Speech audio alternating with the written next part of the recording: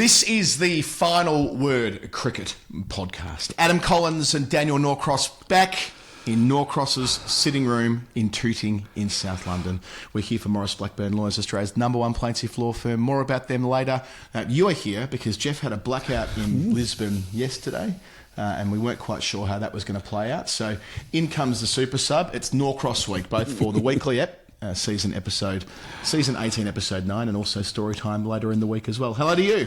Hello. So, maybe power cuts are good things after all. I don't know. What was the story behind that? It all happened yesterday, and I was doing a book launch, so I completely missed all the news. So what's the story? I don't know. All of Europe's gone dark or something? It was a couple of countries went dark, and by the BBC report I saw last night at 6 o'clock said they'd ruled out a cyber attack, so it might be cock up rather than conspiracy. Because it almost sounded like the plot of Zero Day. I thought exactly that, and I know you and I have both watched that. I thought exactly the same thing. Yeah. I pondered whether it might be, if you haven't seen Zero Day, the conceit of it is fairly far-fetched. But it's utterly silly, but it's great fun. But equally, the sort of thing that it's a bit Black Mirror-y. Yeah, it's a bit Black Mirror-y, which you just reminded me I need to crack on with that as well. Yeah, there are some worthwhile episodes. There are definitely some worthwhile episodes. So, yes, Norcross Week. We've been very busy at Surrey. That'll be part of our conversation later in the episode. An excellent round of county championship fare. The biggest story in world cricket at the moment relates to a 14-year-old boy in India. That will be discussed by Ben Jones and me in our IPL weekly segment, which will come at the end of the show. I just want to point out that I know you've been trying to avoid every single ball, but I did see a bit of it yesterday. Oh, did you? Okay, what were your impressions? It's ridiculous and it's very, very scary. I did predict because he's 14, right? But he was actually 13 when the IPL started, so he's not 14 going on 15. He's 14 going on 13, right? And he's not 17 going on 18. Yeah. What I didn't see enough of, and there was a game he played the other day, and Josh Hazlewood didn't get to bowl at him, right? Because unfortunately he got out. But what I wanted to see was a big burly Australian pegging it at his head and then wondering, duty of care, 14-year-olds, should this entirely be allowed? Like? Right. Yeah. But, look, I mean, Ben will tell you all about him, but suffice to say, it was pretty damn impressive, and he hits the ball a very long way. He's got quite an unusual backlift, which gets a lot of whip into the ball, and they travel. These balls travel. It was a good bowling lineup he was up against. I know Ben's going to talk about it later, but Mohamed Siraj, Ishant Sharma, there's some serious bowlers in there. Rashid Khan was in there too. Yeah. I did predict this sort of about 4 weeks ago on our Edinburgh runners group. Of course, we've got. Well, I should note that we had the London Marathon on Sunday. A segue here. We had 7 final word runners in that. That's brilliant, isn't it? Brilliant. I just want to. Single out Becky Howie, who we are great mates with from the Lord's Taverners, and she ran the 10K with us in Edinburgh last year, and she is a taverner, like she works for the Tavs, and she committed to doing the marathon, I think it was before she'd even run the 10K in Edinburgh, and she'd never done this type of thing before, and she absolutely smashed it. I've been following her training, it was thoroughly inspirational. I think she raised 7,500 quid for the Tavs as well. That's good. Which is a huge amount of money, like triple the target for London Marathon runners. So to one and all, well done. Gorgeous day there on the Mall. And of course, we go up to Edinburgh for our hit out on the late May bank holiday weekend. We are going to be rinsing you for money for the Tabs nearer the time. Not going to do it today. If you do want to hit the link now, don't be shy. It's in the show notes, but that'll all come later. I can't remember why I segued into talking about the London Marathon. There must be a reason for this. Oh, that's why. RJ, one of our runners, set up an IPL prediction league. Because he's quite into the Indian Premier League. Probably at the other end of the scale. To me, he watches every ball of every game. Right. And I predicted that the young 14-year-old would hit a 30-ball 100. The only thing I was missing, I had it to be hit in prime time on a Saturday night. Right. I thought that would be the perfect script. Yeah. Prime time Saturday night equal Chris Gale's record as a 14-year-old lad. So I was nearly there. I think it was the second fastest, wasn't it? And he hit 11 sixes, for heaven's sake. Yeah. I mean, and not all of them were off the edge. There were a few off the edge, but it was astounding. What I would say, 7 fours and 11 sixes, 94 of his runs came in boundaries. His dot ball percentage wasn't great. Faced 38 balls. Of the other 21 balls, he only got like 11 runs or something. What's so his Oxford work on that. Yeah, his Oxford Busyness Index. The busyness index, not great. Not great. Room on his school report, in year 8 can write room for improvement. Dot ball percentage. I've gone full Jeremy Coney there. I'm not quite sure where that came from. We'll see Coney soon. He's going to be in England for the summer in the usual way. I'm sure he'll feature on a Final Word episode. He tends to. Yeah, I'm looking forward to that. He quite enjoys being a co-host.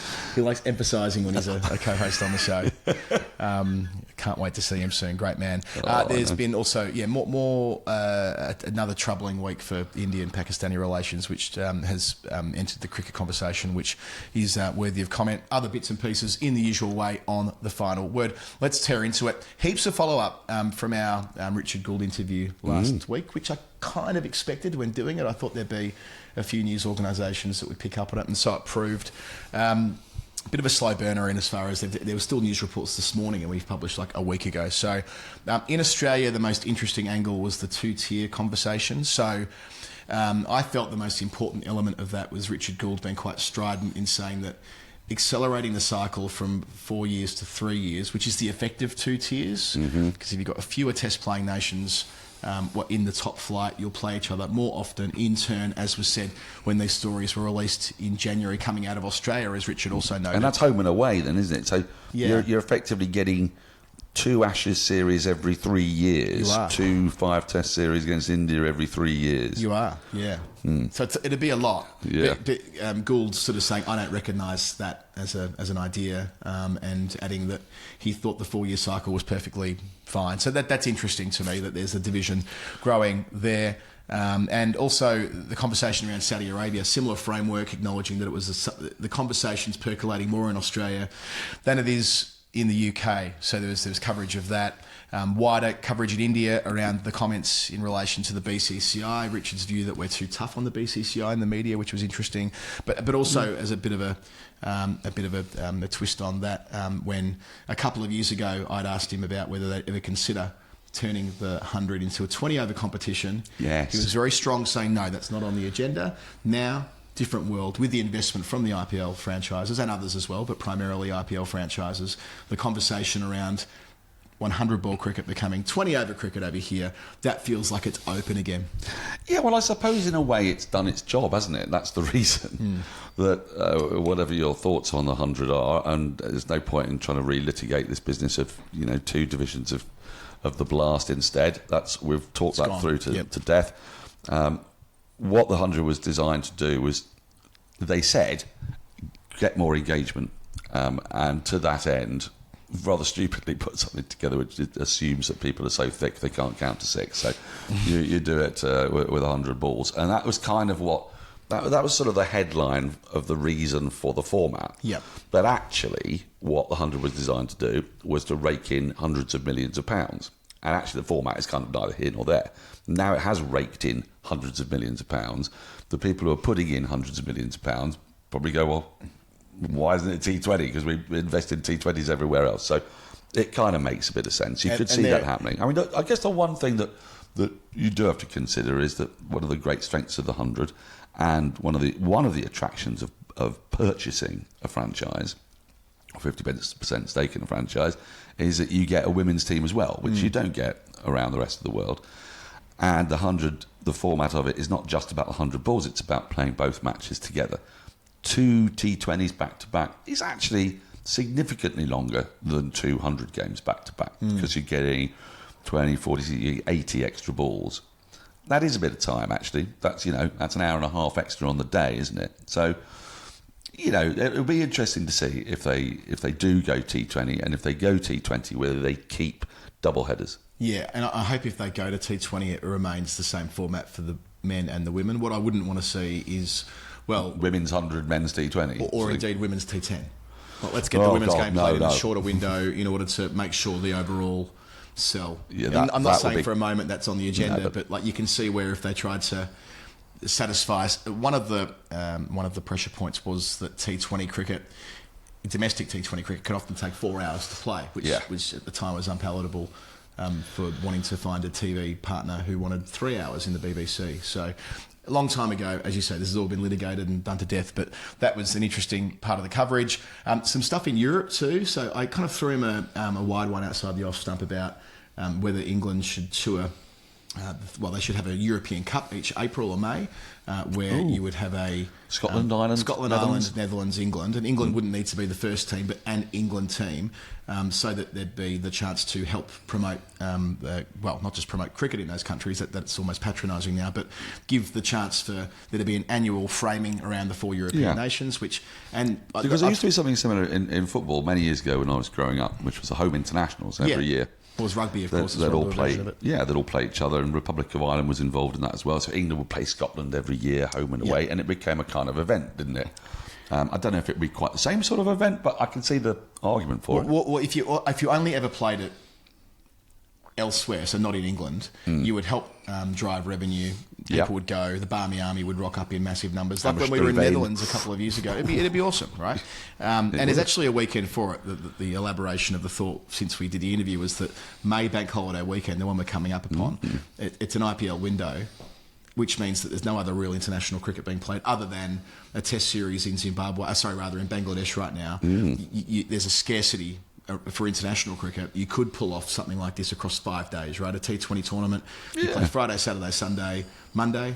That's sufficient. 4 or 5 days would be enough to get a quadrangular. Double headers each day. You got it, right? Yep. So, but that's been picked up, and there's chat. Nathan Johns reporting. By the way, Joey Johns made 100 on Sunday in our ADB team. Made an unbeaten century, match winning. We won it 10-7 against itinerants, but if not for Joey's ton, we wouldn't have got up above 240, and we might not have had the runs to bowl them out. So well played, Nate Johns. And a little hello to Nathan Johns' wonderful mother. She was there. Oh, I love his mother. She saw him bring up the 100, so it was lovely to see her again. Having last.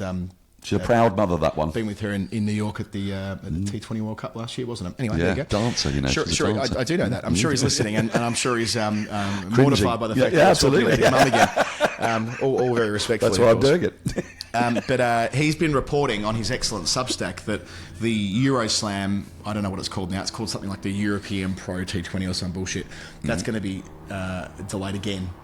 Bearing in mind it was first meant to happen in 2019, then the pandemic happened, then they've been trying to flog these teams for a lot of money to make them franchises, and there are challenges there, and it sounds like that'll... So I guess my reason in raising that, there's even more space than might have been the case. If this T20 franchise comp is never going to see the light of day, if that's what we get to here, having an annual European T20 tournament where England rock up, and there is that, if you're assembling an England T20 team for this weekend of those who are available, you get a pretty bloody good team. Yeah. It wouldn't be the first choice team because a number of those players, of course, are at the IPL, but that needn't matter. So there was some coverage of that as well in the European side of things. I mean, look, it sort of takes you. It reminds me actually of a passage in Tim Wigmore's excellent new book on Test cricket, which will be featured on the Final Word this week. The interview that you did with Tim will be our book club for this month.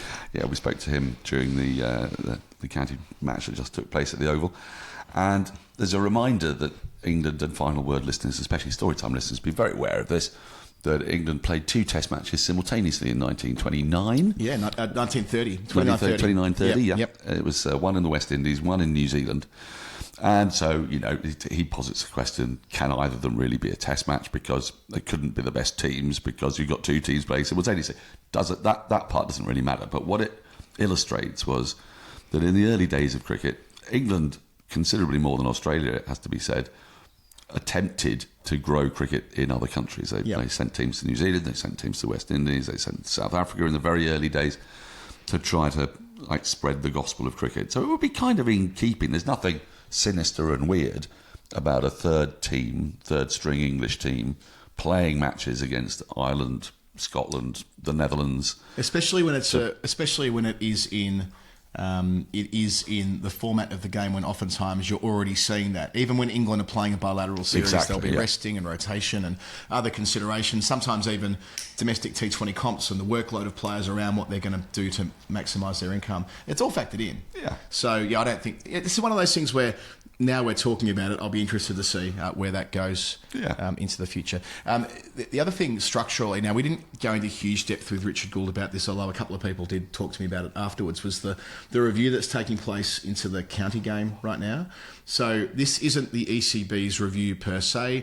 This is a group of senior administrators who are working together across the county game to provide another report and presumably recommendations to the ECB board. And as Richard Gould said, anything that comes out of that will require a 2/3 majority to go anywhere. That's 2/3 of the 19. Of the 19, the 18 plus the 1. Yep. So it's very difficult to get to that number if there's anything remotely controversial. However, as we learned, 14, isn't it? You've got to get 14 out of 19. Well, that was the challenge with the Strauss review, wasn't it? That there just wasn't the support across the county game. We have talked about this being a pretty good time for those who want to see reform to pitch it, because there's going to be, well, for the non-100 clubs, 29 million quid a piece, I believe it is, going to them following the bonanza. And can I put that into context for our listeners? Because £29 million, what does that really mean? Especially when, if you watch football, you'll know I was asking Philippe Auclair yesterday, the great football writer, said in relation to Derbyshire County Cricket Club. Derbyshire County Cricket Club's turnover in their last accounts was around £5 million. Right. Said to Philippe, what's the average wage of a Premier League footballer? 3.2 million is the average wage. Right. There are 20 Premier League teams. They've got 25 players each. So there's a heck of a lot of footballers out there who earn more than the entire turnover of Derbyshire. That's all the money that comes in. I mean, it's kind of eye-wateringly crazy when you think about it. But £29 million, therefore, represents 6 years, pretty much, of annual turnover. Yep.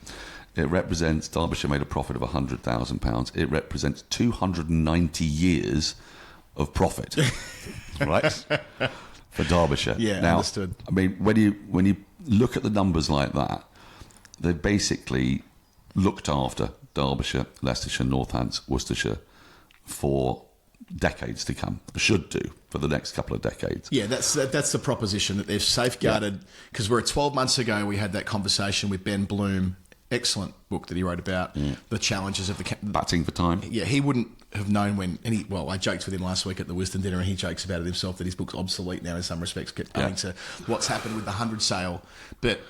And that, look, there'll be no further handouts. I think implicit within this is that they need to invest the money well. They need to service their debt carefully. They need to find a way to have ongoing revenue streams to it's ring fenced as well. 29. It can't just be spent on getting players in. You can't just try and right. lure a retired MS Dhoni over and give him £10 million. So it does mean we're at an interesting time. 18 first-class counties is no longer, to my way of seeing it, threatened. So what the conversation has moved to is, what's the best way of doing this? Acknowledging that the 100's here to stay. Yep. So those who say, well, just scrap the 100, that's a moot point, that's not happening. So how do you shuffle the chess pieces, or how do you move the chess pieces to get a more optimised system, when we know from the PCA and we know from the players themselves and from clubs that the schedule at the worst time of the year is so congested that it actually feels dangerous. Well, we know from commentating that it's messy and complicated for fans as well, because you just don't quite know what's on and when it's on. And therefore, on the assumption that this will come down to, because the white ball, the 50 over comp's already been relegated to a sort of a second string tournament that sits underneath the 100. Not ideal, but again, I doubt that's going to change. So how do you, unless you move it all through to April, which I don't think is the worst idea in the world, I hasten to add, but it doesn't strike me as likely to happen.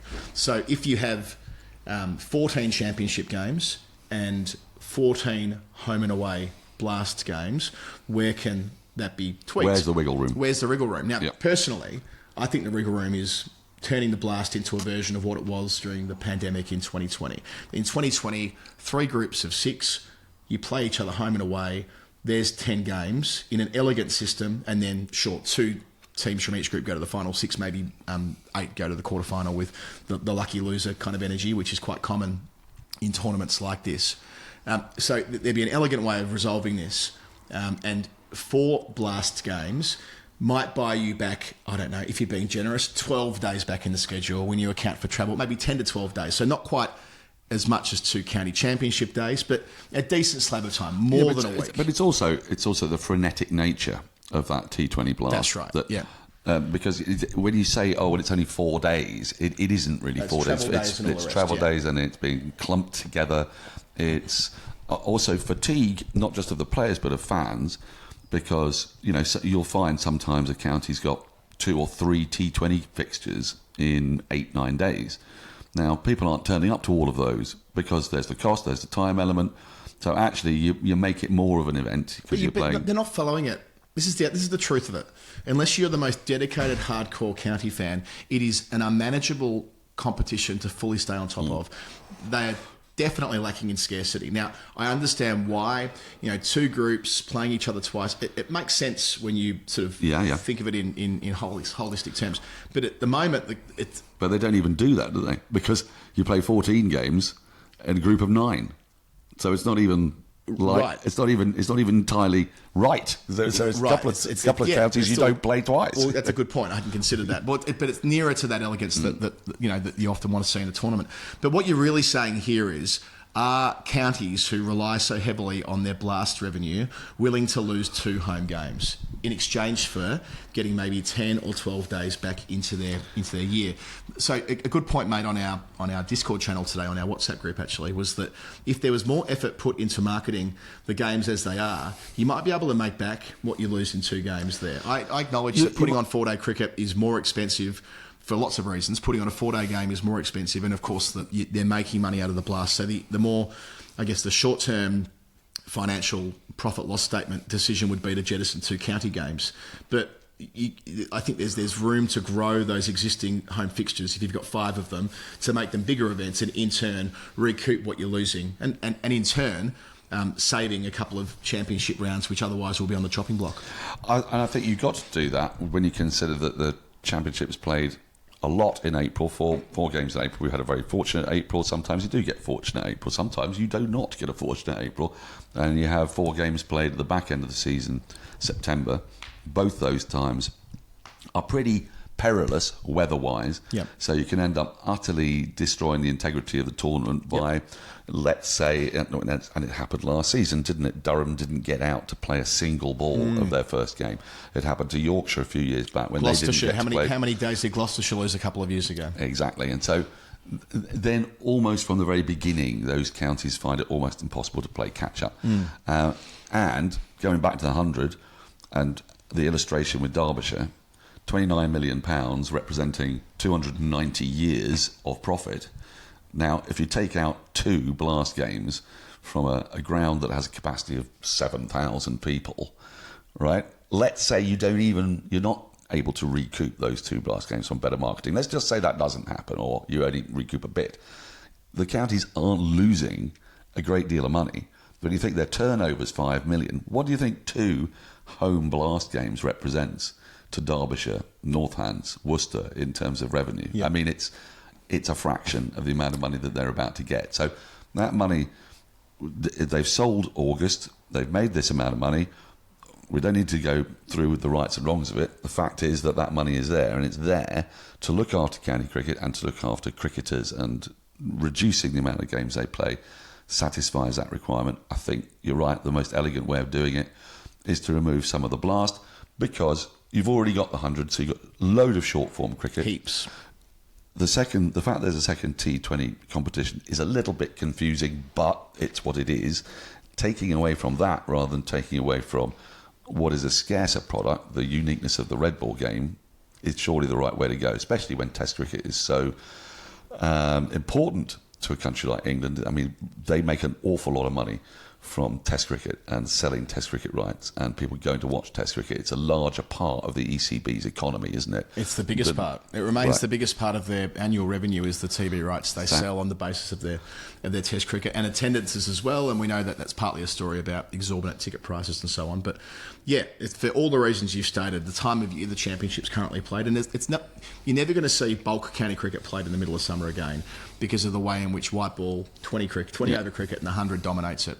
And if that's the concession there, not being able to really play much county championship in the guts of the summer, then having more cricket across the year, having the 8 weeks at the start, which we're in the middle of right now, which means there's so much focus on the championship, it's worked out counterintuitively quite well that the IPL runs up against it, because so many people are far more engaged in it now than they would be if it were in the middle of the summer, when there are far more. Right, and it's far better marketed, isn't it? Because the quality of live streams, we're not just saying that because we're on one, but when I flick around when Surrey are playing away and I look at other people's live streams, they're not all by any means up to scratch, but they're getting better and better and better.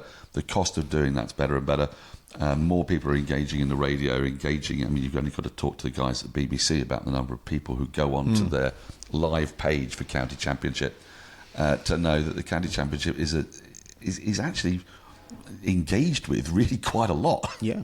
So it would be kind of weird to take 8 days of that away. Yeah. Yeah, so that's what's going on at the moment. Steve Elworthy, who's the chief executive at Surrey, is on that group. And I spoke to him last week in terms of getting him on the final word to talk to him about it. So that'll be great if we can sit down with Steve and go through the ins and outs of that. Like on many fronts, 2025 is shaping up as a massive year for the direction of the game, both away from home, away from here and the international stuff, but here as well. A part of that is the relationship between India and Pakistan. Now, this has been a dreadful week, and I don't want to trivialise this. I don't want to turn this into a cricket thing too much, but the reality of the situation is that there was a horrible attack in Kashmir during the week, and that has had an effect from a cricket perspective after multiple people were murdered, where there are now genuine questions over whether India and Pakistan will continue to have cricketing relations. Sourav Ganguly, former BCCI chair, relations at all. So we're talking here about ICC tournaments. ICC tournaments, yeah. Right. So this has been Yeah, this is kind of fascinating from a cricket politics perspective, where Ganguly's out there saying we should cease relations with Pakistan. And there's a quote here as well. 100% India should break ties with Pakistan. Taking strict action is necessary. This is not a joke. For this to happen every year, terrorism cannot be tolerated. So given that cricket policy in India follows government policy, which is always the line about whether they will or won't play in Pakistan, that'll be an interesting thing to watch. In real terms, though, it's about World Cups, isn't it? Because no such thing as bilateral cricket between those nations. It hasn't been for a long time. There was a secondary story reporting that the BCCI have requested to play in different groups to Pakistan. That's been knocked on the head. That's been repudiated by other sources, saying that's not what they've requested. But this is I can't fathom a scenario where the revenue that is an India-Pakistan World Cup game would be put into jeopardy. But it's a reminder that the political situation as it relates to cricket is so much bigger than that. So when we sort of occasionally pontificate about these matters, it can be difficult to appreciate just how much bad blood exists between those nations who oftentimes find themselves in these types of skirmishes. Yeah, I think it is difficult, especially if you're not Indian or Pakistani. Then there's a temptation to say, well, look, when England refused to play against Zimbabwe because of Mugabe, they would just dock the points, that sort of thing. Yeah. It isn't as simple as that. I think it's so messy that I can't quite fathom how it's going to pan out, because if India does refuse to play Pakistan, then it doesn't matter if they're in different groups. What happens in the semi-final? What happens if Pakistan qualify and they're due to play India? Right, it would require kicking Pakistan out of global tournaments, which would seem inconceivable on one hand, but a lot of things in world cricket seem inconceivable till they happen. It would have to be that way around, wouldn't it? And that's a situation you really don't want to countenance, especially as we've just had a Champions Trophy that was, in theory, hosted by Pakistan. Yeah. This would be quite the turn of events. We don't want to see that, but at the same time, it's very hard for us to pontificate on this, because this isn't our fight. This is a fight between two countries who have got extensive enmities, go back a long time, and the situation is being inflamed year after year by these kind of atrocities. So I think it'd be a bit glib for us to say, well, India's just got to get on with it and play against Pakistan. I don't think it's as simple as that. So two things before we go to our first break, Daniel. We've got a massive second segment because we didn't get through as much as I thought we might. I don't know why I have unrealistic expectations about how much you and I will get through. This program is brought to you by Morris Blackburn Lawyers, Australia's #1 plaintiff law firm. Daniel, I know you've been on the program when we talked about Morris Blackburn before, but their willingness to be on the side of working people. Now, I'm not going to draw a direct parallel here, but I have got my computer. I always find an interesting book from your shelf to rest it on. Oh, yes. I've got the 1997 Who's Who. Oh, yes. Which your dad is in. My dad is in that, I've also got a history of the Russian Revolution. One of my favourite revolutions. Which I'm not saying for a moment. I'm not linking Morris Blackburn to a people's revolution. What I would say, however, is that the spirit of looking after working people has been pulsing through that country since 1919, which was, the years of the Russian Revolution. I shouldn't keep saying Russia and Morris Blackburn in the same sentence. Don't judge me for it. I think our nuanced, intelligent listeners will know I'm just having a bit of fun and just drawing two things together that don't really have much to do with each other. However, 1919, a fascinating time in human history, and a time when a man decided to do this thing, a statesman, a scholar, a politician, a fascinating life. Maurice Blackburn, you can learn more about him on Storytime that was just released before New Year, I think, from memory. But they're still going strong. They've got offices all around Australia. They operate mostly on a no-win, no-fee basis. So if you find yourself in a situation where you need to navigate the complex legal system in Australia, call Maurice Blackburn, tell them that we sent you, and they will be able to deploy some of the best lawyers in Australia to be on your side. That's a deal, isn't it? I think so. And also, before we get to the break, we've got Wisdom Almanac back with us, Daniel. Hey! Next few weeks. Huzzah! Huzzah. I mean, I think we first started doing reads for Wisdom Almanac when you and I were making Calling the Shots. That's right. That's right. 5 years ago. 5 years ago. Hardest work I've ever done, most rewarding. The best thing I've been involved in, really. It was superb, wasn't it? Yeah, let's not pull in each other's business too much. But we could do that later. Behind the curtain, it wouldn't be without precedent for Daniel and I to talk about Calling the Shots and just weep a little bit and talk about it. The director's cuts of Calling the Shots are somewhere on the feed as well, where you and I went back and revisited them a couple of years ago, something like that. WisdomAlmanac.com/subscribe. You know the thing with the Almanac, it has that cover price on the front. You don't need to pay the cover price. Ooh. It's like half of that when you're a subscriber. Oh. It's a massive discount. I better read what they've given me. I just know that to be true, right? A 50% discount on the recommended retail price. So there it is. And there are exclusive perks for subscribers, including a site-wide 35% discount on bloomsbury.com. So that covers kids, cookery, non-fiction, fiction, many books that have been covered on the Final Word Book Club, and great discount offers on the Night Watchman and Wisden Cricket Monthly. So Night Watchman's Wisden's Quarterly, Wisden Cricket Monthly, as long-term listeners of the show would know, is released 11 times a year, not monthly. That's one of the wonderful quirks of Wisden Cricket Monthly. Which it's I 11, is it? It's 11. Well, you're on the editorial board, and I'm the Australian correspondent. I don't know how much you and I do on it these days. But still feel very much part of the family. You were doing a Night Watchman function last night? I was, yes. I was, because books, they do a lot of books. Yep. Fairfield.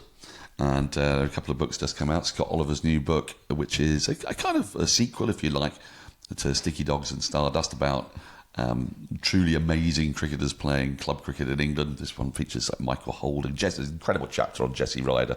It's worth getting the book for Jesse Ryder alone. I mean, it's Jesse Ryder's box office, isn't he? But don't go into too much detail. No. I have promised Scott to get him on. Okay. So we don't need to do Scott in totality, but just noting that Night Watchman, excellent books. Loads of books. Wisden Cricket Monthly, Bloomsbury, as opposed to Fairfield Books, who we're talking about at the moment. WisdenAlmanac.com/subscribe. 50% off. Do not pay full price for your Wisdens. Collect them on your shelf. I've got my every year when he's been born, every year Peggy's been born. I spoke to a Wisden dealer the other day about getting some rarities and oddities, because that's the sort of stuff I do in my spare time. Which ones do you want most, do you think? I'm kind of interested in... 1860? No, I'm not that far back. I just want some earlier 20th century stuff I'm interested in. We'll see. 1947 was one of my favourites. What's your oldest one up here? My oldest one, it's next door. I think it probably is. Door, yeah. I think it probably is 1947. I'm only post-war. I don't think I've got any pre-war. Quite the season to document 1946. Yeah, well, it was Major Nigel Harvey Bennett. Quite a bit going on. Yeah. WisdenAlmanac.com/subscribe. I'll put the link in the show notes. Click that and never pay full price on Wisdens again. Back in a moment, lot to get through. Test match in Bangladesh, County Championship, One Day Cup, then Ben Jones later on.